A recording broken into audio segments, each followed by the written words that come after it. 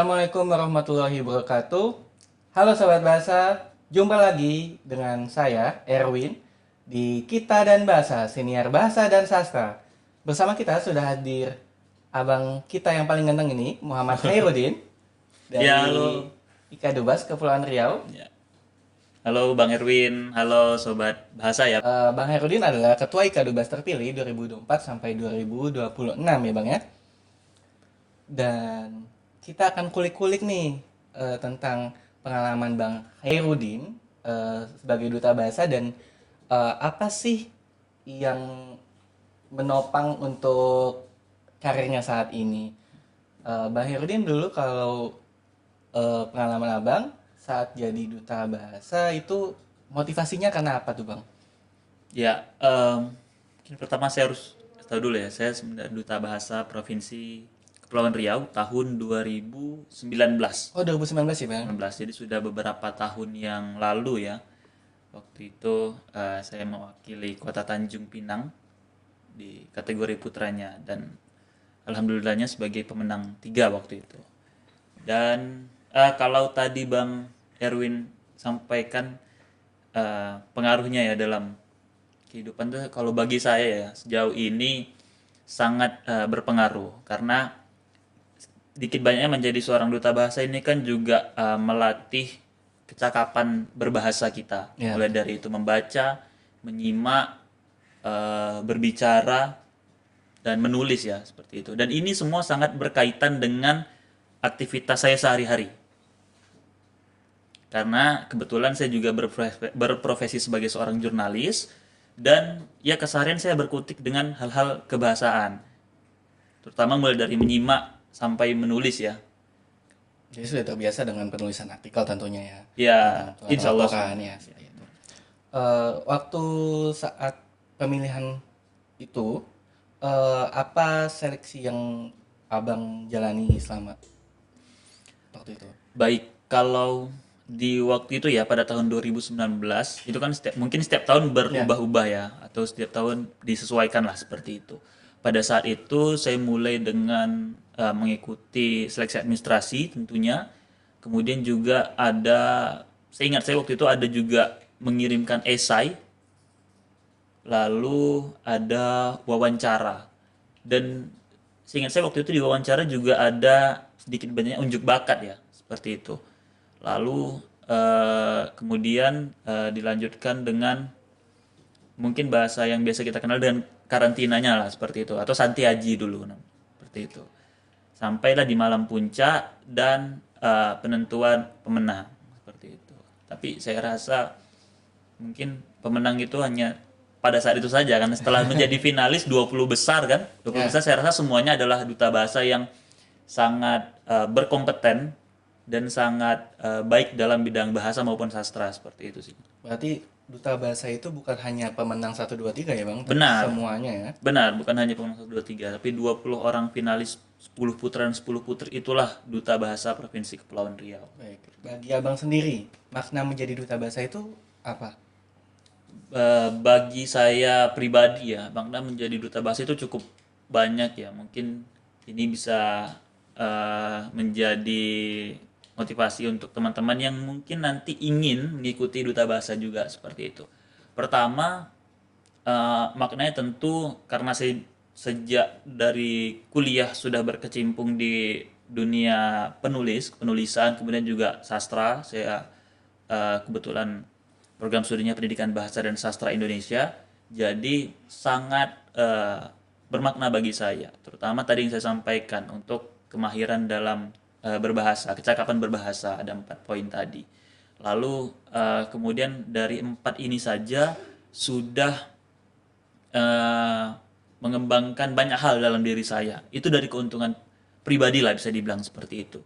Nah, dan di sisi lain juga ya kita tahu bahasa Indonesia ya khususnya yang merupakan bahasa negara yang sangat dijunjung sebagai bahasa persatuan, sebagai bahasa negara dan lain segala macamnya dan ini kan tentu untuk pemertahanannya Hmm. merupakan peran dari kita generasi muda yang saat ini tentunya banyak eh, sedikit banyak juga sangat berkecimpung di dunia kebahasaan ya seperti itu. Tanpa kita sadari lah, anggaplah misalkan beberapa dari kita hal-hal kecil saja ketika kita berbicara di depan umum ataupun ketika kita menulis ataupun ketika kita sekarang menjadi content creator. Kita tahu sekarang banyak content creator yang muda seperti itu ya Bang ya. Dan itu kan sedikit banyaknya tentu berkaitan dengan kebahasaan seperti itu. Bagaimana mereka bisa mengemas konsep kemudian menyampaikannya kepada publik.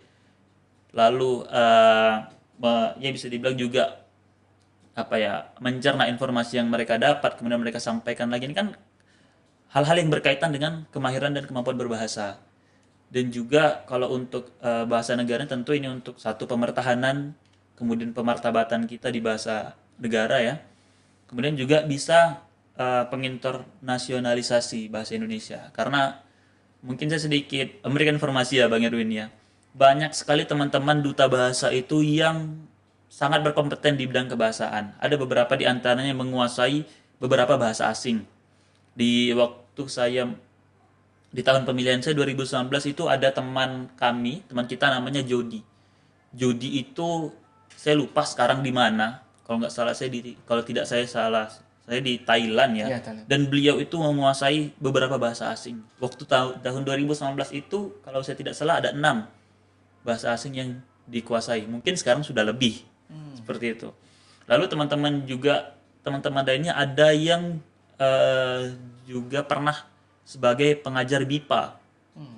Pengajar BIPA di metode Australia ataupun di negara-negara lainnya. Nah, ini kan hal-hal seperti ini yang memberikan makna kita sebagai pemuda, sebagai generasi penerus bangsa dalam bidang bahasa, gitu. Terutama internasionalisasi bahasa Indonesia ya.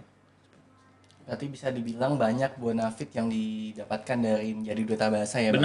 Benar sekali. Kalau untuk pengalaman Abang sendiri sebagai jurnalis, pengembangan bakat, pengembangan skill, kemampuan dari Abang yang merasa terupgrade dari duta bahasa itu seperti apa? Pengalaman saya mungkin ini hal yang paling berkesan bagi saya. Karena kebetulan dulu saya program studinya Pendidikan Bahasa dan Sastra Indonesia. Di semester 5 itu kami ada program magang namanya, magang jurnalistik. Dan kebetulan pada waktu yang sama saya juga mendaftar sebagai duta bahasa. Dan saya rasa kalau waktu itu kan kita menulis berita itu, kita kirim ke grup redaksi, kemudian diperiksa oleh redaktur Ya. atau editornya seperti itu. Nah, hal yang paling berkesan bagi saya adalah ketika pertama kali saya ingat, redaktur bilang seperti ini, Din, ini bahasanya kita di lapangan lah ya. Ya. Din, habis makan apa? Kenapa bang? Kok tumben tulisanmu betul katanya. Biasanya kami banyak koreksi biasanya. Misalnya penulisan kata baku dan tidak baku saja atau penggunaan kata di saja itu sering diperbaiki pada waktu itu seperti itu. Tak ada sih bang, tapi kayaknya ini setelah kau jadi duta bahasa lah. Jadi habis dirukiah ya atau apa di sana katanya seperti itu kan. Tidak lah bang, betul lah bang, kan kita belajar sedikit banyak, ini bukan pengalaman belajar bang. Alhamdulillah banyak dikasih tahu lah bang seperti itu. Nah, ya setidaknya kalaupun tidak semua dikasih tahu kan dikasih tahu cara ceknya seperti apa. Kita bisa lihat di KBBI, kemudian kita bisa lihat di PUEB ya pada waktu itu ya 2019 ya. Lalu kalau saya tidak salah ingat waktu itu juga ada SPAI, Senarai Padanan Kata Asing Indonesia ya, seperti itu. Dan itu juga menjadi rujukan saya dalam menulis. Kadang kita dengarkan handphone apa handphone ini bahasa Indonesianya seperti itu. Apakah ada bahasa lainnya seperti itu kan? Dan itu yang membuat saya salah satu hal yang berkesan ya. Kesan pertama lah bisa dibilang setelah mengikuti duta bahasa dan berdampak langsung pada aktivitas sehari-hari terutama pekerjaan seperti itu. Dan selain dari itu juga setelah mengikuti duta bahasa kan banyak pengembangan diri yang saya rasakan seperti itu. Lalu itu juga berdampak karena saya beberapa kali mengikuti lomba menulis, baik itu artikel maupun opini atau karya ilmiah, dan itu sangat berdampak karena kan kita tahu di poin penilaian itu ada penggunaan bahasa Indonesia yang baik dan benar. Ya. dan itu menurut saya sangat berpengaruh seperti itu. Beberapa di antaranya saya yakin dan percaya beberapa di antara gelar yang saya dapatkan juga sedikit banyak pengaruh dari penggunaan bahasa itu tadi. Itu yang saya dapatkan setelah saya ikut duta bahasa seperti itu kan. Ketika saya tidak ikut mungkin belum tentu saya bisa dapatkan ilmu ini di tempat-tempat lain seperti itu. Ya, alhamdulillah berarti ya sangat bermanfaat ya mengikuti duta bahasa ini. Benar. Lalu kalau menurut Abang sendiri, keterampilan apa saja sih yang harus dimiliki seorang duta bahasa untuk sukses di dalam peran mereka sebagai seorang duta bahasa, sebagai orang personal dan di masyarakat di dunia karirnya seperti itu? Ya, baik. Kemampuan apa saja yang harus dimiliki seorang duta bahasa? Ya, Pertama, saya rasa bukan perihal kemampuannya, tapi perihal niatnya. Karena saya pribadi pun juga sebelum menjadi seorang duta bahasa tidak begitu banyak kemampuan yang saya kuasai, terutama dalam bidang kebahasaan ya. Mungkin ya menulis juga standar lah seperti itu. Kemudian juga berbicara juga biasa-biasa saja. Padahal saya sendiri mahasiswa pendidikan bahasa dan sastra Indonesia seperti itu pada waktu itu kan. ya, Namun yang paling utama tentu niat, kemudian juga kemauan ya, kemauan untuk terus belajar. Lalu untuk kemampuannya, saya pikir tidak membutuhkan kemampuan yang begitu spesifik, karena kita kalau sudah punya niat dan kemauan, ibarat kata kita sudah punya kuncinya seperti itu untuk membuka ruang kemana saja, untuk membuka kemampuan apa saja seperti itu. Dan itu yang sudah saya rasakan sebelumnya. Tapi ya ini mungkin untuk teman-teman sahabat bahasa ya, yang ingin menjadi seorang duta bahasa tidak perlu takut, tidak perlu khawatir. Mungkin awalnya, aduh, jadi duta bahasa nanti saya harus disuruh ngomong atau saya harus disuruh jadi pewara gitu kan. Sedangkan saya pegang mic aja gemetar. Atau saya biasa pegang mic bukan bicara bang, saya bisa pegang mic azan aja bang. Nah, itu kan hal-hal yang ini, hal-hal yang membutuhkan niat dan kemauan lebih seperti itu. Karena jadi jangan takut karena ketika bergabung menjadi seorang duta bahasa inilah kemampuan kita bisa ditempa. Seperti itu. Kita bisa mengembangkan diri dari berbagai aspek. Anggap saja hal yang paling kecil lah ya. Menurut saya hal yang paling dasar itu adalah 4 kecakapan berbahasa tadi. Mungkin awalnya kita sudah punya dasarnya atau mungkin sama sekali kita masih awam. Tapi insya Allah dengan bergabung di duta bahasa kita bisa sama saling berbagi ya, saling sharing dan segala macamnya. Kita bisa mengembangkan keempat kecakapan berbahasa ini. Dan ini sangat penting, Bang Erwin, bisa dibilang terutama untuk dunia kerja. ya, Kita tahu setelah menempuh pendidikan tentunya kita targetnya adalah bekerja seperti itu kan. Mungkin ada yang secara secara akademik ataupun secara persyaratan ataupun dan lain-lainnya mungkin kita sama dengan karyawan lainnya ataupun mungkin kita sama dengan pegawai lainnya. ya, Tapi mungkin ada beberapa hal yang membedakan kita, terutama kita sebagai seorang duta bahasa. Apalagi kita sudah terlatih dalam menyimak, misalnya, ataupun berbicara, atau menulis. Dan itu membantu kita di ruang kerja. Itu yang membedakan kita dengan orang-orang lainnya. Seperti itu sih, Bang. baik. Kalau untuk tantangan atau ada gak sih rasa tanggung jawab yang lebih sebagai duta bahasa itu sendiri? Mungkin teman-teman, Din, kan duta bahasa misalnya salah tuh ngomongnya gitu. Nah, ya benar. Itu jadi tantangan tersendiri ya untuk terutama dalam lingkup kegiatan sehari-hari Ya, seperti itu. Bahkan bukan hanya itu Bang. Terkadang kalau kita berjalan atau lagi kumpul dengan teman-teman tuh mereka lihat, Din, kok kan duta bahasa? Coba kok kasih pantun dulu tiba-tiba. Nah, bagaimana tuh kalau misalnya kita tidak mengupgrade diri ya bisa dibilang ya, tidak memperbarui ilmu. Nah kadang teman-teman tuh suka seperti itu dan saya pikir itu hanya perihal waktu saja. Semakin banyak kita berproses, saya pikir semuanya akan terus berkembang dan tidak ada yang perlu ditakutkan seperti itu. Walaupun ya terkadang teman-teman yang bisa dibilang iseng ini ya, ya, seiseng ini bisa tiba-tiba minta pantun. Terus tiba-tiba kalau jumpa teman-teman, oh ini nih Pak, Duta Bahasa, bisa puisi dulu tiba-tiba. Dan pastinya kalau lagi acara tiba-tiba disuruh maju untuk jadi Ya, MC suka begitu ya. ya, Jadi terkadang wah, suka mendadak di lingkup keluarga sajalah, misalnya acara pernikahan atau acara-acara adat lainnya seperti itu kan. Kita tak ada lagi rapat keluarga misalnya. Kita tak ada yang MC nih atau kita tak ada yang bawa acara. Oh si Udin aja katanya. Saya lihat dia di ini gitu. Dan itu juga ternyata pas ketika sharing dengan teman-teman di Kadubas juga mereka pernah merasakan hal yang serupa rupanya kan. Ya jadi MC kemarin. Jadi bang, coba ceritakan dulu. Jadi waktu itu rapat keluarga kami bang. Kemudian tidak ada pewaranya ya. waktu itu, tidak ada pewaranya. Tiba-tiba disebutlah nama saya katanya. Jadi bisa nolak? Tak bisa nolak bang. Kami tak bisa tolak. Oh, bagaimana lagi katanya kan? Ya. Tapi aman kan setelah itu? Aman bang, alhamdulillahnya lancar katanya. Setelah sharing-sharing dengan teman-teman, setelah bercerita dan terkadang kita juga sering berbagi konsep. Hmm. Misalnya ada teman-teman yang ingin membawa acara non formal, tapi sudah terbiasa membawa acara formal. Kan ini tentu Ya, ada berbeda. perlu pembawaan yang berbeda. Nah, di situ kami bisa saling berbagi. Eh, Misalkan saja teman-teman bagilah cara untuk atau tips untuk membuka acara non formal. Dan itu kita bisa saling berbagi. Ataupun contoh lainnya, teman-teman contoh pantun untuk pembukaan yang bagus seperti apa ya? Dan itu kita bisa saling sharing. Seperti itu sih, Bang. Oke, jadi dari semua tantangan yang ada dan tentunya banyak hal kompetensi yang bisa di-upgrade ya dari duta Iya, bahasa ini. Jadi untuk sahabat bahasa yang nonton, pastinya jangan takut untuk daftar duta bahasa. Daftar aja dulu istilahnya iya gitu. betul. Daftar aja dulu.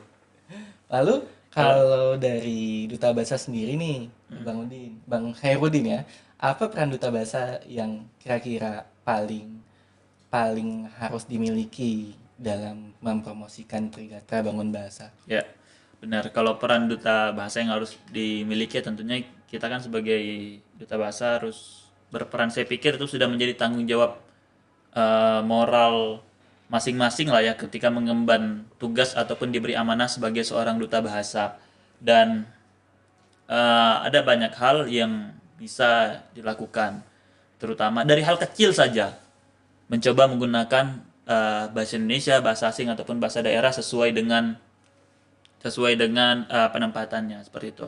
Kita bukan tidak boleh menggunakan bahasa daerah ataupun kita bukan tidak boleh menggunakan bahasa asing. Boleh-boleh saja seperti itu. Karena kan ada Trigatra Bangun Bahasa. Utamakan bahasa Indonesia, lestarikan bahasa daerah dan kuasai bahasa asing. Artinya tidak dalam bidang bahasa sendiri pun tidak menutup kemungkinan untuk kita menggunakan bahasa-bahasa lainnya. Namun tetap kita ada yang namanya pemartabatan bahasa negara, kemudian juga pemertahanan bahasa daerah ya atau pemertahanan bahasa negara juga ada seperti itu. Dan ini tugas-tugas moral yang harus diemban oleh setiap duta bahasa. Dari hal kecil lah dari dirinya sendiri. Kemudian juga mungkin bisa menyebarkan atau mensiarkan hal ini kepada orang lain seperti itu sebagai seorang duta. Dan beberapa waktu belakangan teman-teman juga sering melakukan ini, terutama dalam menggunakan media sosial ya. Teman-teman juga sering membuat konten yang terkait dengan hal kebahasaan. Hal kecilnya saja, penggunaan bahasa baku dan tidak baku.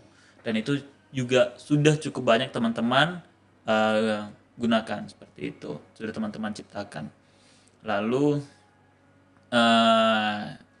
selain itu juga bisa mungkin langsung menyebarkan karena teman-teman kan di Ikadubas, teman-teman duta bahasa yang sudah otomatis tergabung dalam Ikatan Duta Bahasa Provinsi Kepulauan Riau kan juga kerap kali terlibat dalam berbagai kegiatan baik itu secara mandiri ataupun bermitra dengan kantor bahasa, mengikuti kantor bahasa yang sebagai mitranya seperti itu, badan binaannya itu.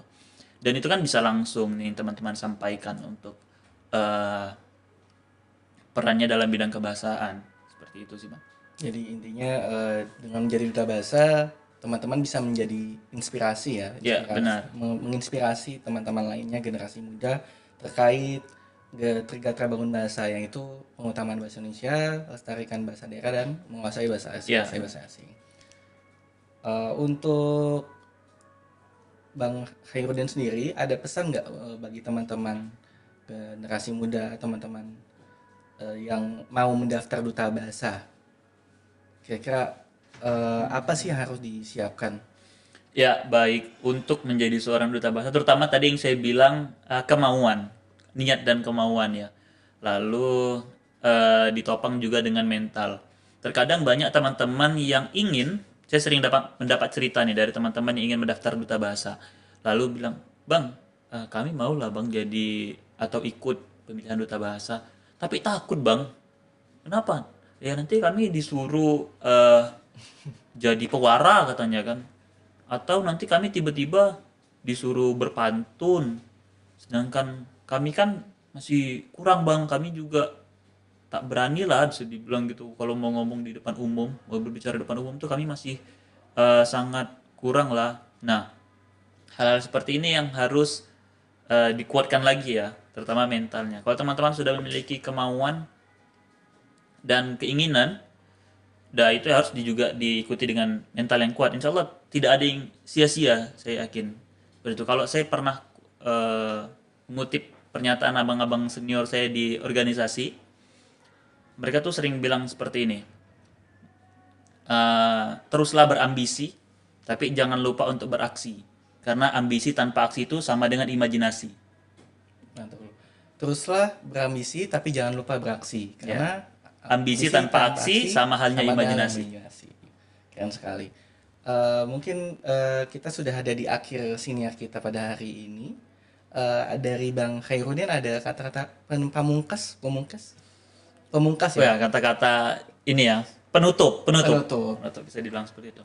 Baik, mungkin ini akan ditonton oleh teman-teman sahabat bahasa yang ingin menjadi seorang duta bahasa, khususnya di Provinsi Kepulauan Riau ya. Betul. Baik, nah teman-teman mungkin tidak perlu takut untuk mencoba, tidak perlu khawatir, dan tidak perlu apa ya bisa dibilang ya.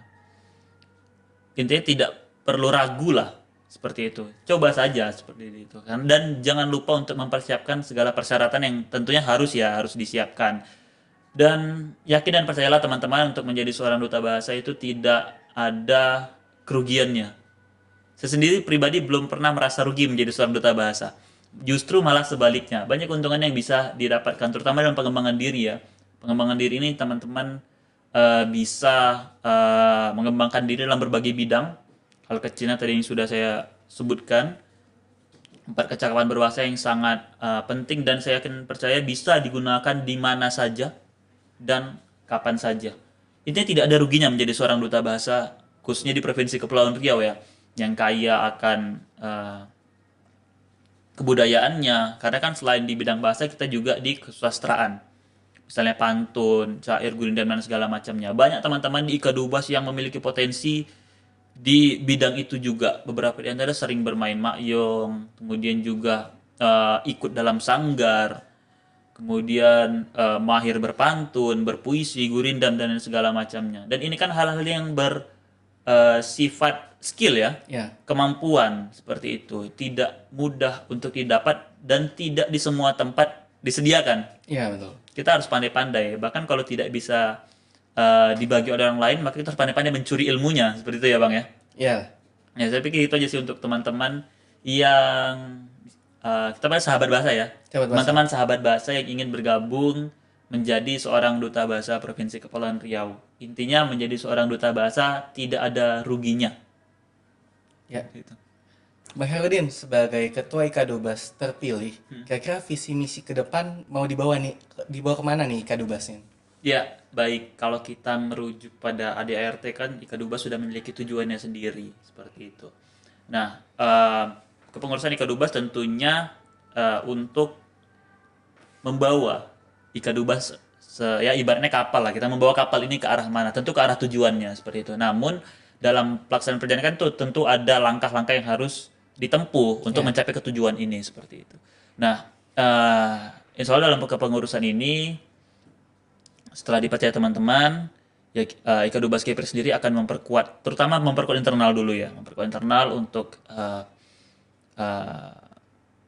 inventaris data ataupun ya kemampuan teman-teman lah, memperkuat eh, data Ika Dubas mulai dari anggota, kemudian kepengurusan, lalu potensi-potensi yang ada apa saja dalam Ika Dubas, lalu juga tersebar di mana saja Ika Dubas yang sudah pasti di seluruh kabupaten kota di Kepri ya. Iya. Nah, tapi hal-hal ini kan tentu kita pastikan dan harus kita himpun dalam data Ika Dubas sendiri yang merupakan rumah bagi para duta bahasa Provinsi Kepulauan Riau. Lalu berbagai potensi ini nantinya akan kita coba explore, akan coba kita kembangkan dengan berbagai mungkin pelatihan, lalu pengembangan diri lainnya lah, bisa jadi bisa bentuknya pelatihan atau bisa bentuknya pembinaan atau bentuk pengembangan diri lainnya. Nah, setelah bisa dikatakan sudah mumpuni, saya yakin dan percaya ini teman-teman sudah mumpuni, mungkin hanya beberapa hal yang perlu ditingkatkan ataupun beberapa hal yang perlu diingatkan lagi seperti itu. Nah, setelah itu kita akan mencoba menjalin kemitraan di luar. Sayang potensi teman-teman di Ika Dubas yang begitu besar, begitu bervariasi, namun hanya untuk diri sendiri saja, ataupun hanya untuk pengetahuan kantor bahasa saja, karena selalu bermitra dengan kantor bahasa seperti itu, dan tidak menutup kemungkinan nantinya Ika Dubas juga akan bermitra atau juga akan menjalin komunikasi ya dengan pihak-pihak lainnya, baik itu swasta ataupun instansi negeri lainnya. Karena kalau kemarin merujuk dari pembahasan teman-teman, diskusi teman-teman, memang pertama mereka sangat semangat untuk melanjutkan roda organisasi Ika Dubas ke depannya dan menaungi para duta bahasa ya. Lalu kemudian juga mereka juga semangat untuk menjalin komunikasi dengan pihak-pihak lainnya, tidak menutup kemungkinan.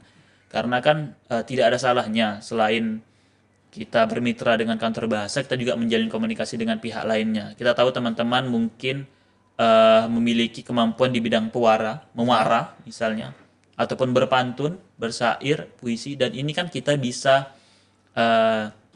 sediakan untuk pihak-pihak lain yang membutuhkan. Misalnya ada pihak swasta yang membutuhkan pewara. Mereka tidak perlu lagi mencari jauh-jauh atau mungkin mereka tidak perlu lagi bingung gitu kan. Mencarinya di mana? Betul, sudah ada Ika Dubas yang memang berkecimpung di dunia itu dan memiliki tenaga yang berkompeten untuk di bidang itu, seperti itu. Kemudian juga mungkin ada yang butuh penampil atau pengisi acara di Dubas itu, di Ika Dubas banyak teman-teman yang mampu ataupun memiliki kemampuan di bidang hal seperti itu di penampilan. Misalnya teman-teman ada yang bisa berpantun, puisi, gurindam, ataupun mungkin nanti akan dikemas dalam bentuk lainnya seperti yang sering beberapa tahun belakangan sering terjadi lah. Misalnya ada dramatisasi pantun, Ya. bagaimana berdrama dengan semua naskahnya ataupun semua dialognya berisikan pantun, ya terutama pantun Melayu ya, karena kita Ya, berada pastinya. di tanah Melayu. Dan hal seperti itu yang nanti insya Allah akan kita jalankan di kepengurusan Ika Dubas ke depannya. Baik. Jadi kalau di Kadubas sendiri intinya tidak hanya pengembangan kompetensi yang dari kantor bahasa ya, tapi Benar. juga bisa bergerak secara mandiri Ya. untuk mencapai itu, seperti itu. Jadi teman-teman bisa bergerak bareng-bareng, berkolaborasi untuk meningkatkan kapabilitasnya masing-masing, seperti itu ya. Betul. Termasuk juga bidang menulis. Saya lupa tadi sampaikan beberapa teman di Ika Dubas itu sudah memiliki bukunya sendiri. Wah, mantap ya. Ya, kita tahu contohnya salah satunya ya ada Bang Alim. Bang Alim itu ketua Ika Dubas yang periode sebelumnya. Periode sebelumnya. Sebelum saya beliau itu sudah memiliki bukunya sendiri. Wah, keren ya. Teman-teman juga bisa tuh menjadi inspirasi bagi sahabat bahasa di rumah. Ya, betul. Jadi kalau teman-teman butuh misalnya atau teman-teman berminat di berbagai bidang itu, teman-teman bisa menghubungi teman-teman di Ika Dubas ya untuk sharing, saling berbagi pengalaman dan saling berbagi ilmu lah bisa dibilang. Seperti itu sih. Pastinya daftar Ikadubas. Ya. Daftar duta bahasa. Daftar duta bahasa dulu. Setelah duta bahasa baru masuk ke Ika Dubas. Betul. Menjadi duta bahasa bukan segalanya, tapi dengan menjadi duta bahasa kita bisa memulai sebuah langkah untuk mencapai segalanya. Demikian siniar kita dan bahasa episode kali ini. Sampai jumpa di episode berikutnya. Wassalamualaikum warahmatullahi wabarakatuh.